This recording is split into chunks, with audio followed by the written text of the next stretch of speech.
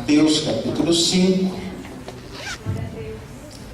E eu fiz questão de falar primeiro, porque depois, quem quiser repetir alguma coisa que eu falei, tudo bem.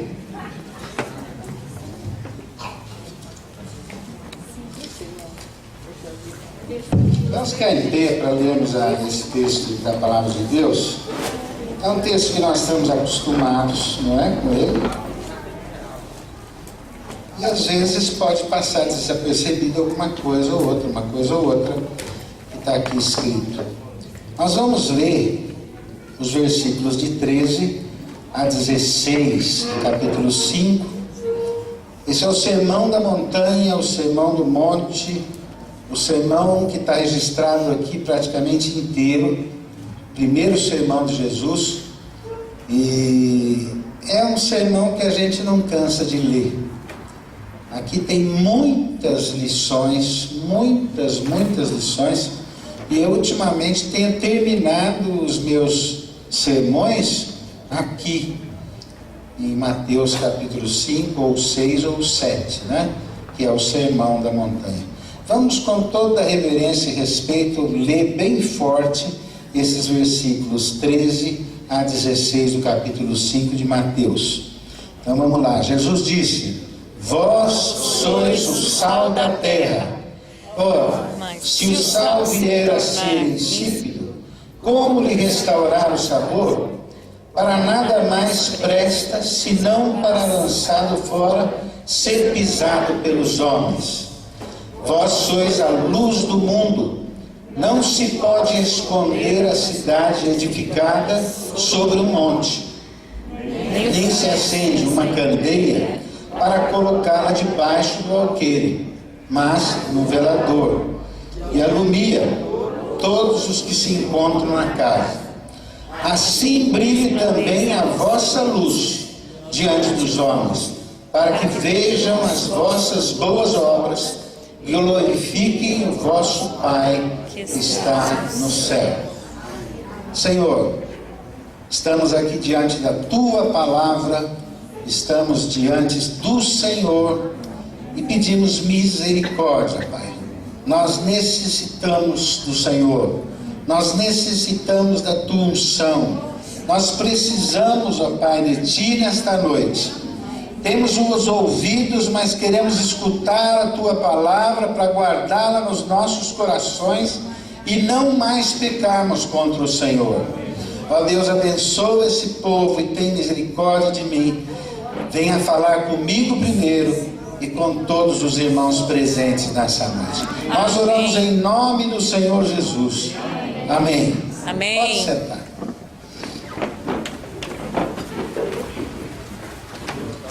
Em primeiro lugar, Jesus falou para quem isso aqui? Para os discípulos. Apesar que tinha uma multidão,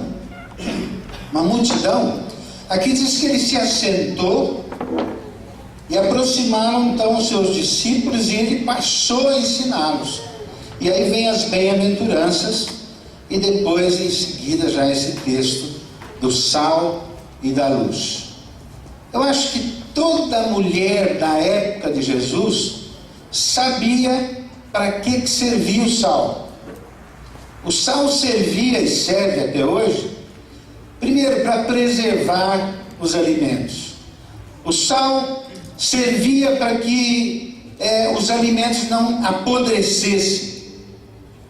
O sal também serve e servia para dar gosto, não é?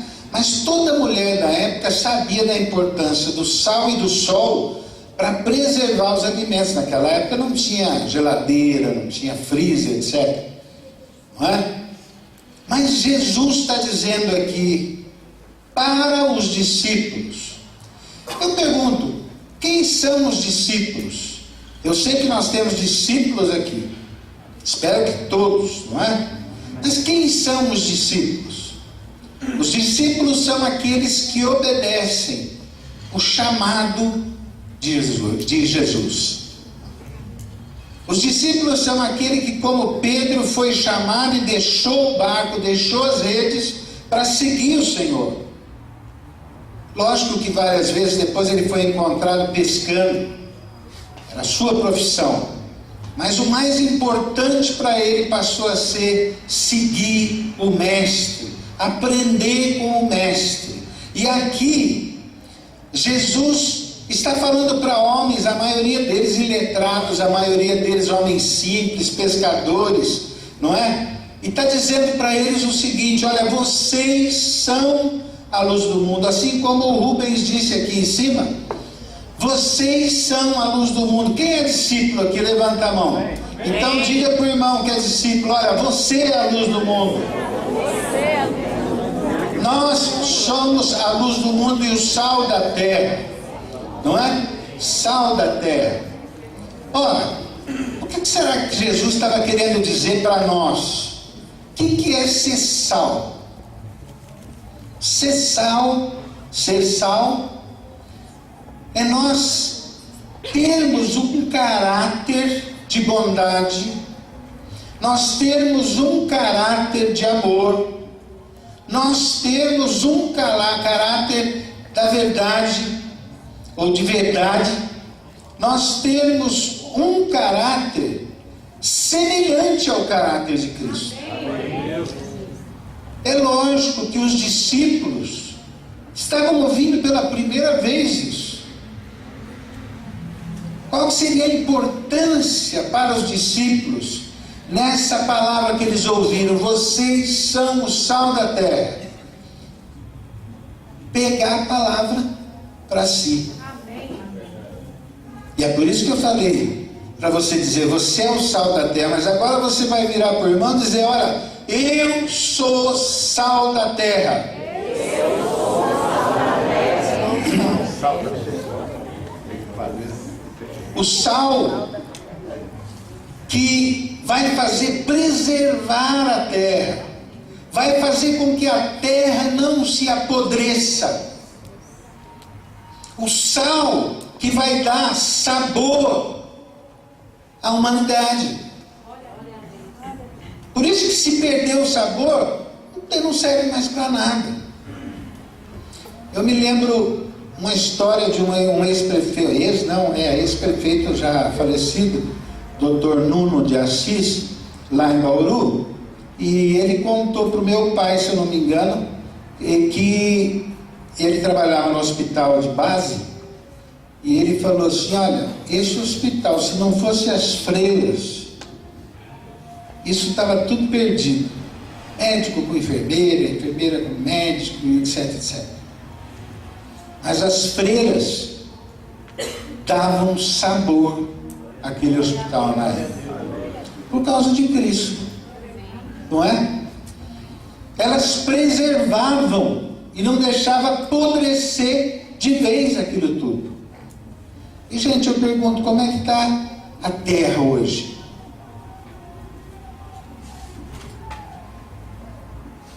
Mais um pouco é capaz de apodrecer. Ou não é verdade?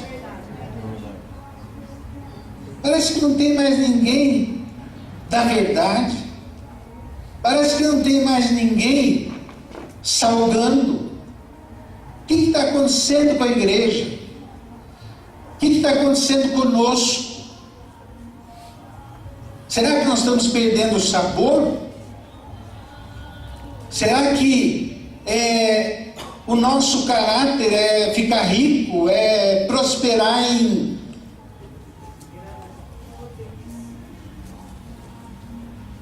E a gente vê igrejas por aí, principalmente na televisão, que pregam um evangelho de prosperidade, de coisas assim: eu perdi tudo, agora eu tenho 3 celulares, tenho 2 casas, tenho isso, tenho aquilo, como se isso fosse ser sal. Ser sal é você ter um caráter da verdade, ou seja, sim é sim, não é não. Ter um caráter de bondade, como aquele homem que ajudou o samaritano. Era muito trabalho pegar alguém ali, ele estava passando por ali como outros passaram, mas ele passou, ele parou, ele acudiu, ele deu dinheiro, usou o que ele tinha, e ainda disse: na volta eu venho ver como que você está, e tudo mais. Isso é ser sal. E ter um caráter de justiça. Mas não é um caráter de justiça dos homens. É um caráter de justiça de Deus. Amém. E a justiça de Deus é muito maior do que a nossa justiça. Nós vemos na televisão, nesses programas da Atena, da Vida e tudo mais, nós vemos e ouvimos: eu quero justiça.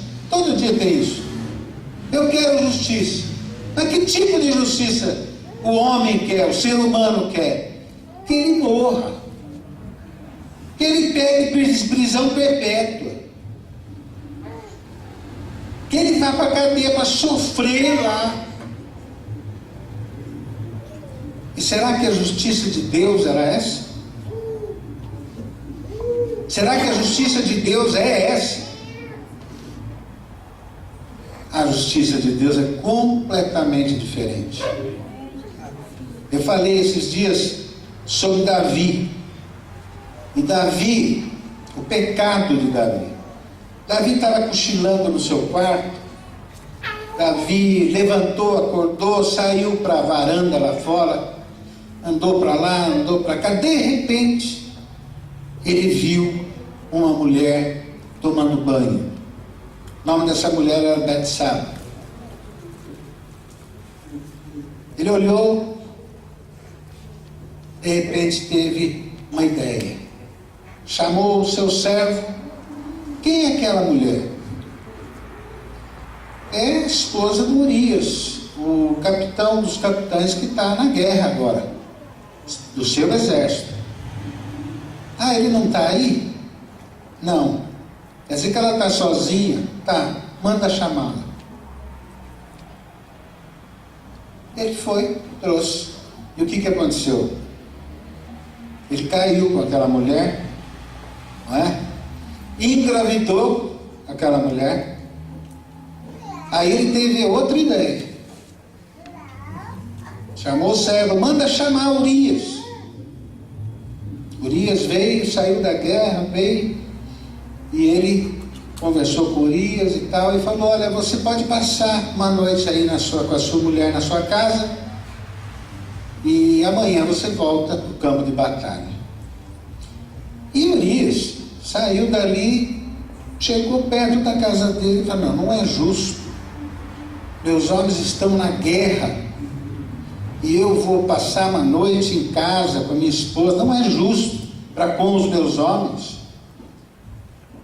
E dormiu para fora de casa, nos corredores do palácio, não sei onde ele dormiu. O fato é que ele não foi para casa. E aí o servo de Davi veio: olha, o Urias não foi para casa dele. Qual que era o grande plano de Davi? Ele dorme uma noite em casa, pronto, quem engravidou a mulher foi ele, não é? Aí não dormiu, então manda chamar Urias. Escreveu uma carta, que era um rolinho, deu nas mãos do Urias. Urias levou lá para o general, que agora não me fala o nome dele, alguém se lembra? Oi?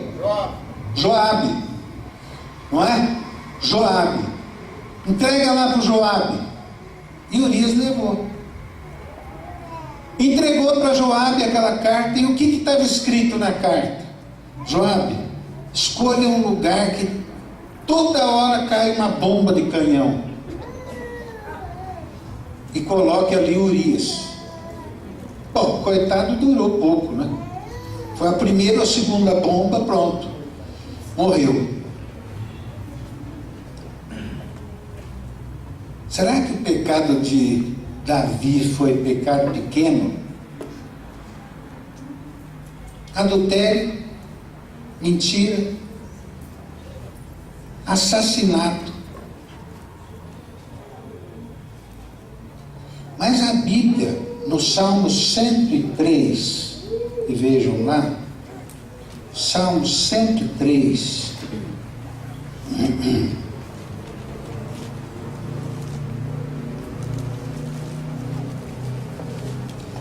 diz o seguinte, versículo 10, se não me engano. 10. Deus não nos trata segundo os nossos pecados, nem nos retribui consoante as nossas iniquidades.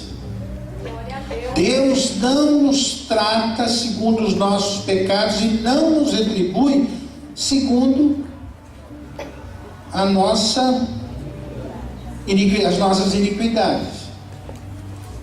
Aleluia! Não é bonito isso? Essa é a justiça de Deus. Não é lindo? Na nossa opinião aqui. Mas vamos supor que Deus se encontrasse, Deus se encontrasse com Urias. Ele já estava morto, mas vamos supor. Urias ia perguntar: Deus, por que não aconteceu nada com Davi? Ele roubou minha mulher, teve um filho com a minha mulher, me deu uma carta que era a minha sentença de morte, a minha própria sentença de morte, para eu levar lá. Ele me matou. No mínimo ele merece prisão perpétua. Ou não seria assim? Se ele tivesse no da pena, eu garanto que seria, não é? A justiça nossa é diferente da justiça de Deus. Mas muitas vezes o mundo acha que Deus é injusto. Por que acontecem todas essas coisas? Mas Deus não é injusto. Nós sabemos que Deus é justo, não é? Mas não é o assunto de hoje. O assunto de hoje é que nós devemos ter o caráter para cumprir o caráter da justiça de Deus. Amém. De Deus. Amém. Por muito pouco nós não conseguimos perdoar um irmão daqui, da própria igreja. Por muito menos nós não conseguimos sentar perto de um irmão e às vezes até tomamos ceia aqui dentro desse salão e não cumprimos a justiça de Deus. O mundo muitas vezes cumpre a justiça dele, não é?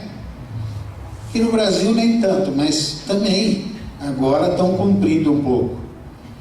Gente, nós somos sal. Amém.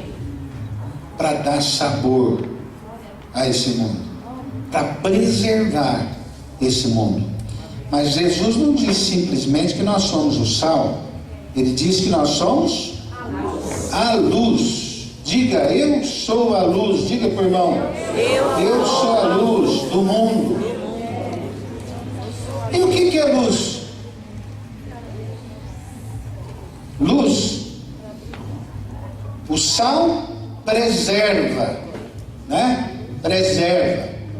O sal dá sabor, mas a luz afasta as trevas.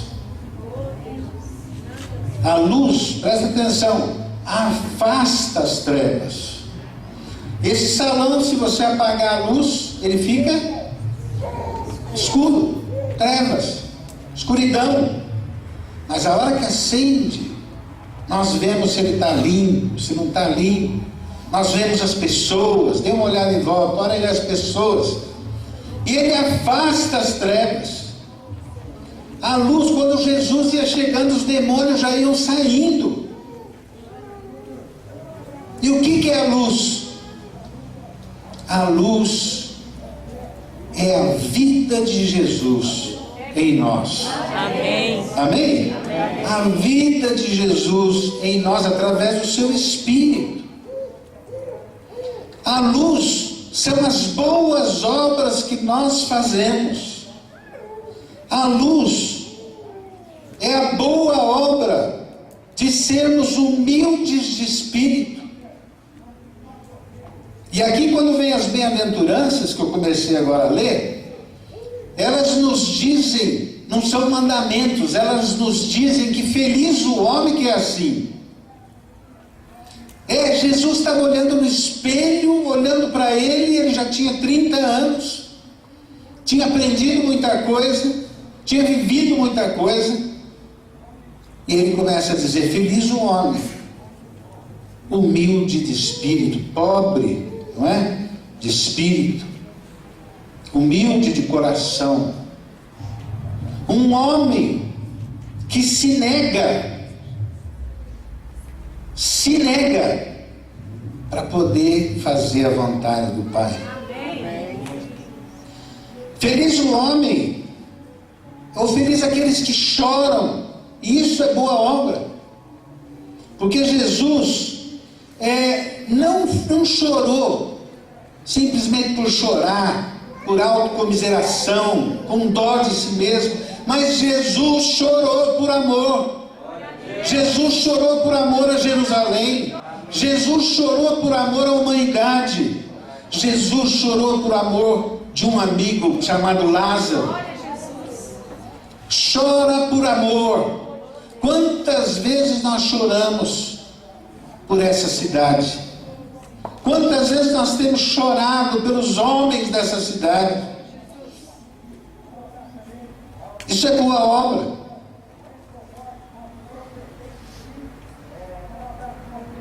Outra boa obra são os mansos. Os mansos. E manso significa domado. Manso significa discipulado. Manso significa educado por Deus. Amém.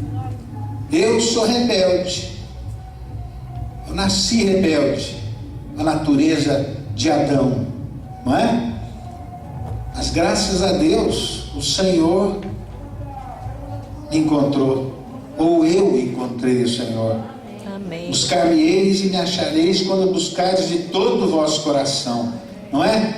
Eu encontrei Deus, eu encontrei o Senhor. Amém. E tenho sido amansado, discipulado, para viver a vida dele. E sabe, quando Jesus chegava, os demônios permeavam, porque sabiam que tinha que ir embora. Outros se ajoelhavam e adoravam ao Senhor, porque conheciam, sabiam quem Ele é.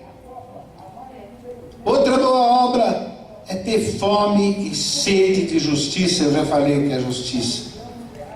Fome e sede de justiça. Mas a justiça de Deus é aquela justiça que, se você leva um tapa do lado direito, você oferece o esquerdo. Se alguém pedir para você andar uma milha, você anda 2. Se a esposa te pedir perdão, você perdoa. Se o marido te pedir perdão, você perdoa. Não é? É a esposa que tem aquele marido difícil. Aquelas esposas que chegam assim e falam assim: você não conhece meu marido, né?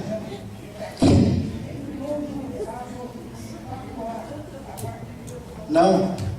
A esposa que tem fome e sede de justiça diz assim: eu tenho um marido duro, mas Deus é mais duro que ele, vai fazer dele, não é? Os limpos de coração, sabe o que é limpo de coração? É aquele que é capaz de olhar um Pedro, olhar para o Pedro e olhar de novo quando Pedro diz umas besteiras, não é? Eu nunca vou te negar. Mas tem a capacidade de ver um Pedro controlado pelo Espírito Santo, dominado pelo Espírito Santo, um Pedro que pode ser uma bênção no futuro, não é? É aquele que olha para o irmão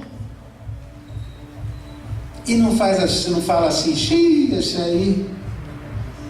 Não, ele é capaz de ver, ele tem um coração de roxinol. Ele só vê coisa boa no irmão. Esse aí está assim ainda, mas você vai ver o que Deus vai fazer com ele. Amém? Amém.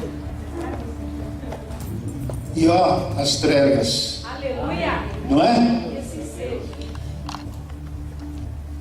Bem-aventurados os pacificadores. Pacificadores. Jesus veio pacificar nós, os homens, com Deus.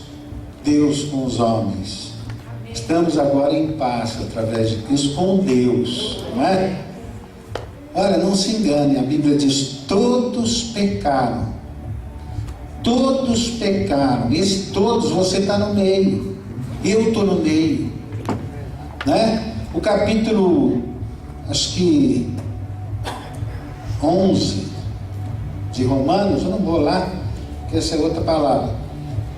Ele dá uma lista lá, não tem ninguém bom, não tem ninguém que preste, não tem ninguém que isso, que aquilo. E aí você chega no fim e fala: quem são esses aí? Nós. Não tem ninguém que é justo. Todos pecaram. Nós não somos melhores do que ninguém, nem do que aquele que está preso lá na cadeia agora. Nós somos pecadores e precisamos de Deus. A nossa diferença é que nós reconhecemos isso. Senhor, sem Ti nós nada somos.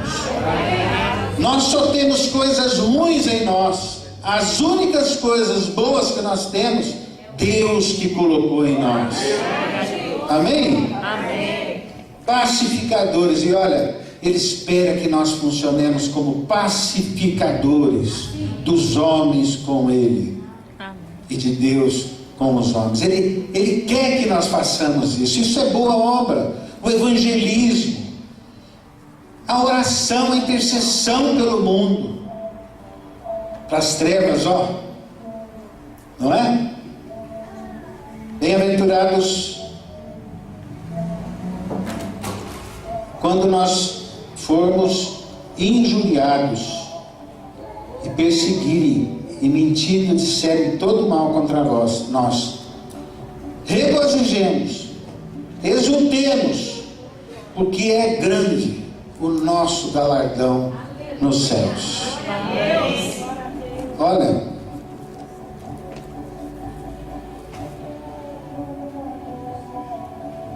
Cristo nos dá o privilégio de fazermos as mesmas obras que Ele veio fazer.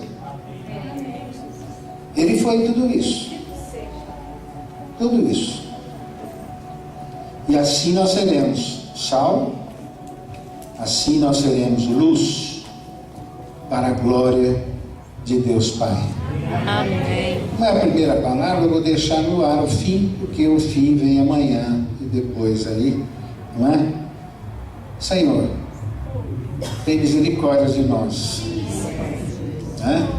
Deus, ou Cristo, Ele teve coração limpo para olhar para cada um de nós aqui e não nos ver isso que nós somos, mas nos ver humildes de coração, tem amor, chora por amor, amansados, temos fome e sede de justiça, somos misericordiosos, limpos de coração, pacificadores, e por isso tudo nós somos perseguidos, mas nos regozijamos porque somos perseguidos pela justiça, ou por causa da justiça de Deus. Louvado seja o Senhor. Deus abençoe os irmãos.